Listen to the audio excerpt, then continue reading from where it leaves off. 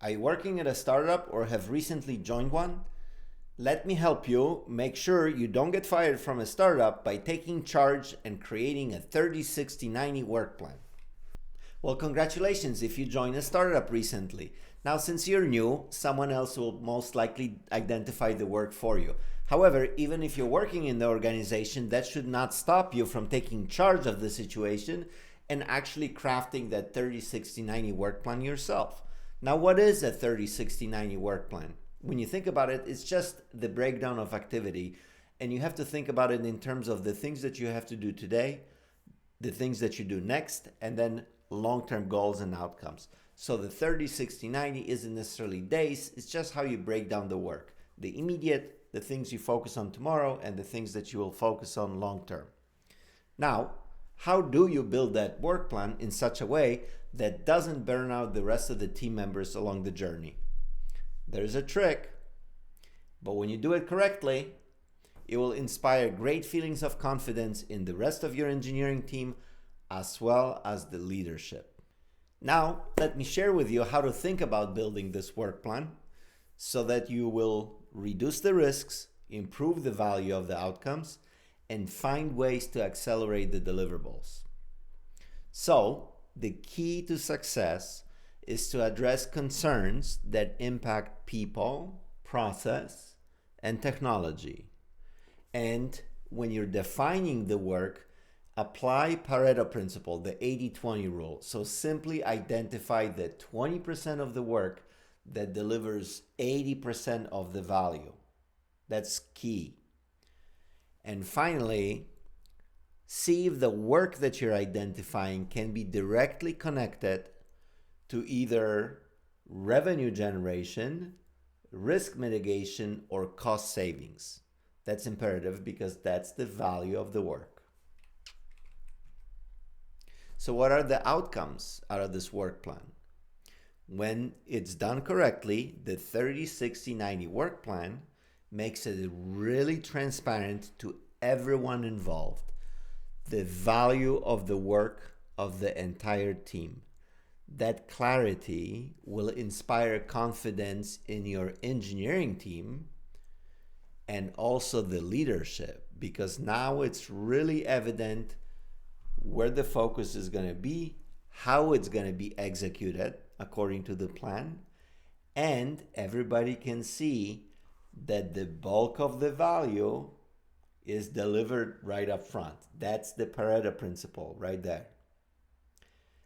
But here is the most important outcome out of this plan. If done correctly, you'll be able to help your team do the work, deliver the value, and avoid overtime and operate with lower stress levels and ultimately deliver some sort of work-life balance to all the team members involved. Now, before I dive into the details, for those that don't know me, I'm Philip, an engineering leader sharing practical shortcuts to help you work smarter, not harder in your technology startup. Okay, let's get into the details. So first, let me introduce this concept called Idea Evaluator. And what it is basically an approach for breaking down the work and evaluating its value. So before you put something into the 30, 60, 90 plan, you have to come up with that idea and figure out what is that work breakdown. But how do you know that the idea you have, that the work you're about to break down actually delivers the value you claim that it does? So this plan right here, this evaluator, helps you think about all the different aspects that pertain to the idea and the work breakdown so that you can make it very easy for everyone involved to understand how this work breakdown or this idea that you're proposing actually delivers the value.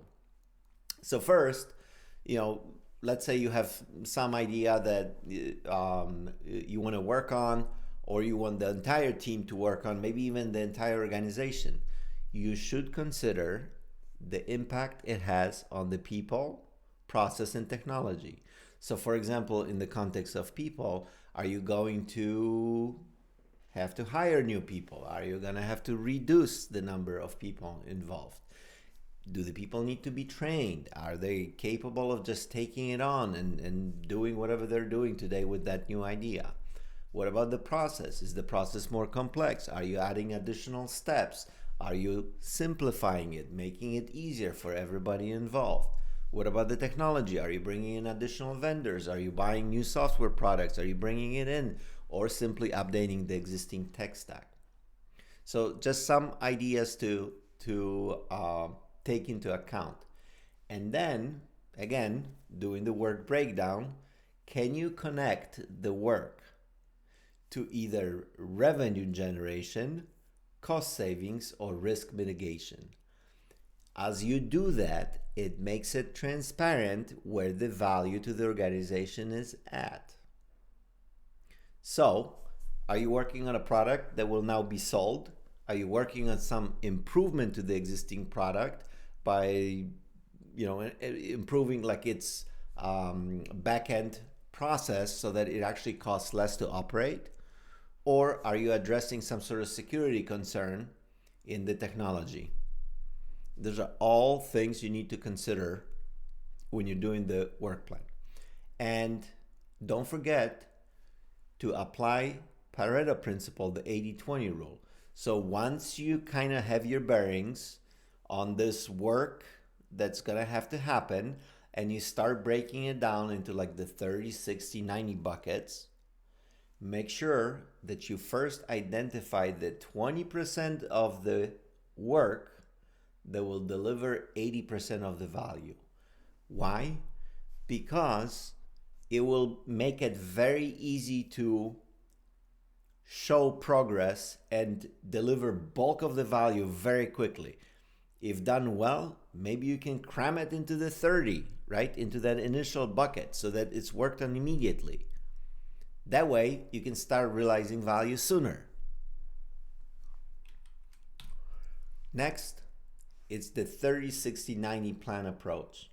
So when you're an individual contributor, you're still going to have to learn, analyze, and implement.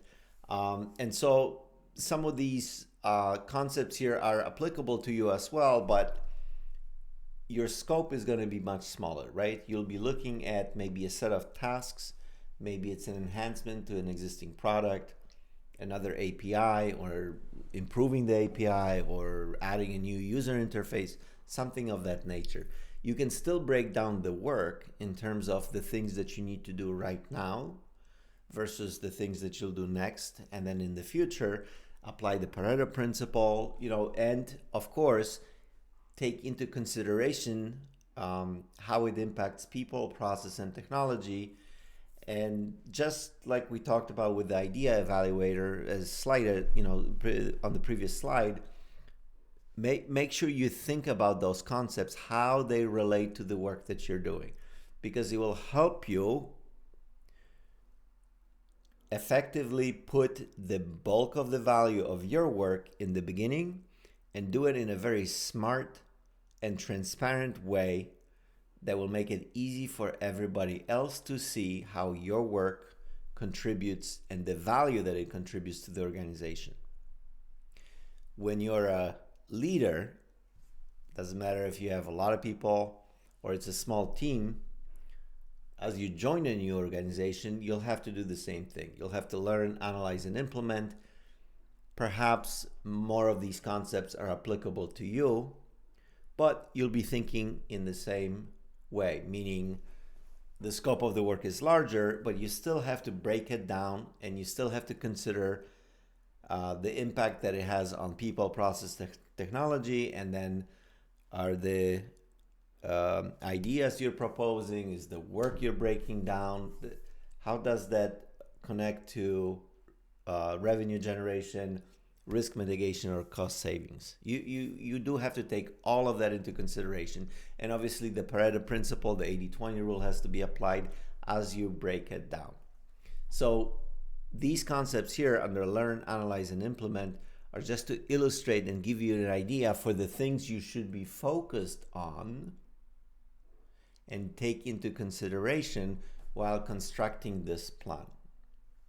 Now I'll give you a couple examples just to give you context for what it is you should be focused on and how to think through the use cases to minimize risks and address all the concerns involved. We have a young technology startup, 15 people with existing tech debt, and then scenario B is a older technology startup or even a large technology organization. Okay, so now you have the scenario A, which is the young technology startup. I just want to highlight that all the guiding principles are at the top of the slide, and those are the things we should be considering when we dive in and try to identify this idea and create the work plan in this startup. So the scenario is fairly common. There's an engineering team in place. Some minimal products exist. There's some customer support. Of course, there are issues. Tech debt is already building up, and new product ideas have to be developed. So where do you begin? You start asking everyone for the low-hanging fruit, right? Like what are the obvious opportunities? Is there anything that needs to be enhanced? Are there any processes that are blocked? What are customers complaining about the most?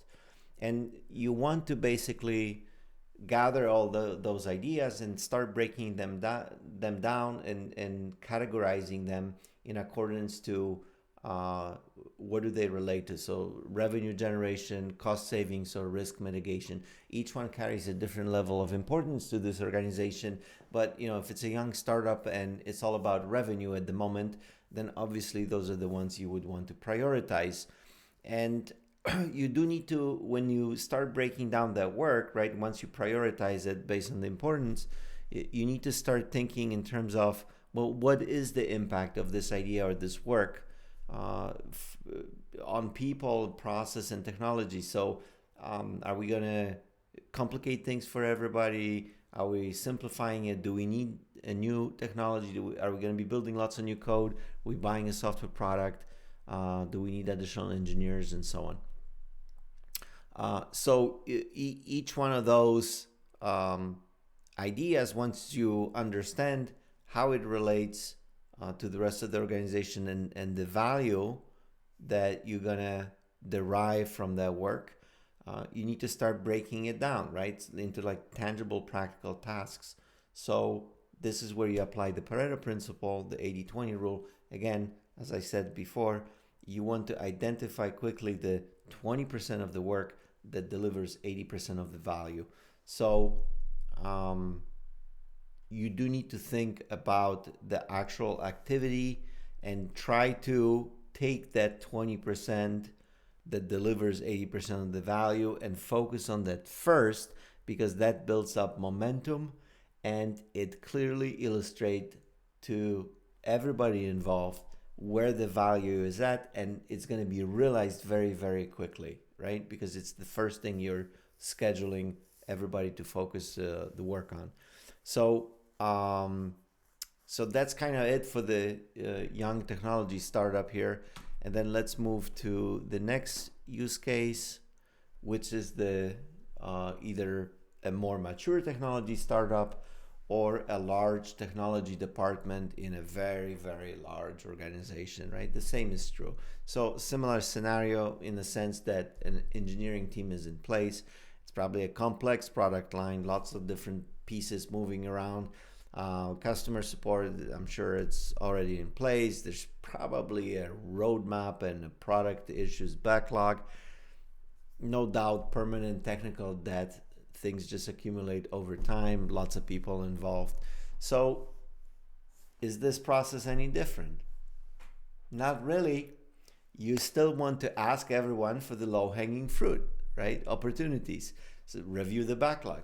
What are customer complaints? What are the biggest sources of issue? What is the tech debt? Can something be improved there? Are there any process bottlenecks? Can you find, get answers, gather those answers, and then start classifying them in terms of what do they pertain to? Revenue generation, cost savings, or risk mitigation, right? Very similar approach to what we did for the young technology startup. Because this stuff works all the time. And then once you have that idea and you understand the value it delivers, you have to take into consideration the impact on people, process, and technology. So again, is it complicating the process? Is it simplifying it? Are you going to need more people, less people? What does the people work, what is the work going to look like for those people now? And then same thing as before. Once you know, and once you start breaking down the tasks, well, apply the Pareto principle. Think about the 20% of the work that delivers 80% of the value. That will make it very easy for everybody involved to understand that they're going to get bulk of the value from the work immediately, right? Because you want to schedule that upfront in the first 30 bucket. Again, it's not days. 30, 60, 90 can be thought of that way, but it doesn't have to be. It's just the work you do today. 60 is the work you do next, and then 90 is the work you do. So how does this 30, 60, 90 work plan and you taking charge actually help you at work? It produces a win-win-win situation. Why? Because with a proper plan in place, engineers can avoid analysis paralysis. They can produce work rapidly with the bulk of the value clearly delivered in the beginning, and they get on board with the work because they can see clearly how it connects to either revenue, cost savings, or risk mitigation. The end users benefit because they get to see bulk of the value produced quickly, and they can use that to provide feedback, which then further enhance the next iteration to that product, the work that would happen in the 60 and the 90. So they win as well. And then finally, it's the leadership, the management team. They can see the work breakdown, the plan constructed in such a way where the value of the work being performed is clearly explained and connected to the things that really matter. Again, revenue generation, cost savings, or risk mitigation. The impact is also understood in terms of people, process, and technology, and that too is reflected in the plan. So, as a product of this, as a result, the leadership team develops confidence in the plan and your ability to drive it home. Everybody wins. And don't forget, if it's all done properly and executed properly, the team doesn't have to work overtime, doesn't have to be stressed out, and can achieve a work-life balance, even when working for a young and snazzy technology startup.